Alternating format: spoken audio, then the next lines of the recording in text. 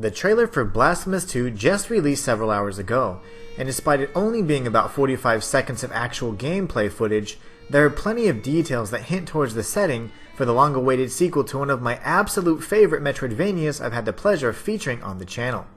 In this video, I will analyze each scene frame by frame in an attempt to glean any pertinent information that reveals details about the plot. The first scene brings us to a multitude of petrified hands eagerly reaching towards an unknown object. As the camera pans, we learn that the hands were lifted as a sign of praise and worship for the sarcophagus holding the corpse of the penitent one. This new scene also reveals to us that Deo Gracias, the self-proclaimed witness and narrator to the works of the miracle, had also been turned to stone. Initially, I believe this was simply the result of the passage of time. Perhaps many years, even centuries came and went, and eventually those who worshipped the penitent one for freeing them from the sadistic high wills died in typical masochistic Custodia fashion. However, the next scene changed my mind entirely. The penitent one suddenly stirs from his slumber and extends an arm that has been partially petrified.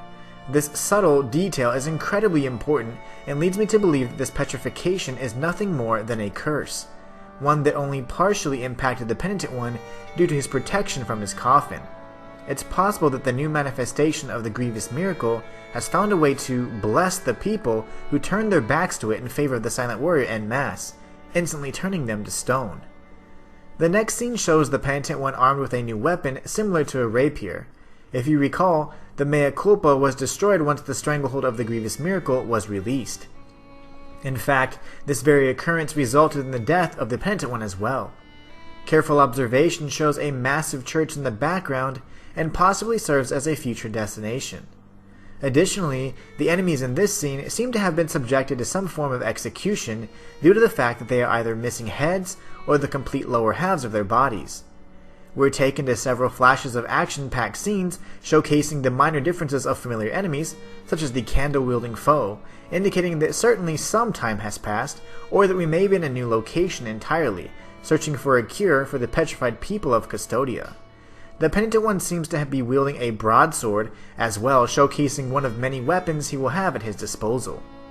The next scenes show flashes of indoor combat and seem to show more petrified citizens in the background, while the fat clerics spin their weapons like tops. The penitent one easily dodges the falling chandeliers with a new aerial dash maneuver, which highlights the improvements to the mobility in this game. A battle continues with some sort of wraith in the woods, next to what could be either a save point or some other interactable station. Multiple scenes of wall jumping further reinforce the emphasis on platforming sequences and new skills the penitent one has picked up along the way, to either dash through the air, cling to walls, or swing from rings held by the Children of Moonlight, who have been freed from their imprisonment by the miracle in the previous game. Now, with their newfound freedom, they are able to carry out their purpose and protect souls in penance. The following scene shows the penitent one wielding a large bludgeon-type weapon that could possibly be a bell or a large candelabra while he passes up an old altar that seems to be defunct. This may be a result of the new miracle at work, which prevents any interaction with the old ways, forcing its new subjects to adapt to a new form of worship. We then see the penitent one slashing at floating mirrors and teleporting between them to avoid falling to the spiky bramble patch below. The penitent one then activates some sort of power-up and slashes a winged enemy with a sword that seems to lash like a thorned whip. Next, he faces off with a boss-like enemy that wields two spinning wheels.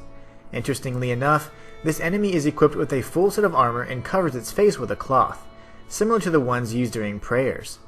Either statues or more petrified individuals litter the background with a large figure of a faceless woman overlooking the scene. Another battle features a gigantic monk or friar wielding a massive weapon that is nothing more than a man on a stick. As he brings down his hammer, we catch a glimpse of a glass container on his back that carries a skeleton inside. It's important to note this boss arena looks remarkably similar to the pile of ash that only the pious could ascend to reach the cradle of affliction in the previous game. The next scene continues the action while a dual-wielding enemy slashes away at the penitent one, as he also reveals that he too can dual-wield his rapiers. He then slams down using the broadsword on a familiar enemy, then performing an upward spinning attack with the bell weapon, in between two enemies in floating coffins. Multiple scenes of friendly NPCs flash across the scene, including a female holding up two crumbling pillars, much like Samson from the Bible. an old man in a robe adorned with human heads, a woman surrounded by chalices and several children of moonlight, a solitary hand, possibly belonging to our new vendor, and a woman dressed in black holding a sickly child. All of these individuals are likely tied to the numerous side quests that we can expect to see in the sequel. The final scenes showcase a boss enemy using a stockade-inspired torture device fashioned into a weapon. Interestingly enough, he seems to have a similar pointed hat that resembles a capirote, just like the penitent one wears. 4 people are then seen worshipping an enormous floating hand with a frilled sleeve, and then a unique enemy that seems to be some sort of blacksmith is shown sharpening his sword as hundreds of other swords and weapons line the background. One of the most intriguing scenes of all features a beautiful woman with red hair revealing a scroll to the penitent one as she floats on a hand undeniably similar to the one the 4 villagers were worshipping earlier. This is possibly a benevolent messenger who serves to aid the penitent one on his journey, or possibly a facade of the numerical who aims to deceive us from our ultimate goal. The penitent one is then seen riding on the back of a giant man before slamming his face into the ground. Another NPC that seems to be leaking golden fluid from his orifices seeks aid, and then we bear witness to the penitent one teleporting away from a water fountain, which is most likely the new fast travel mechanic. Lastly, we see the penitent one spinning in the air in what seems to be either a cinematic death sequence or a level up equivalent, fading into the Blasphemous 2 title scene. Now I don't know about you, but I'm going to replay the game from a fresh file so that I can prepare myself for the epic journey to come. If you need a refresher on the lore from the previous game, or if you have no clue what happened in the true ending, then be sure to check out the videos on screen now. If you want me to complete my Blasphemous lore series and feature every other NPC and plot point out there, then let me know in the comments and be sure to like and subscribe. It helps out the channel immensely. It also lets me know you want more content just like this.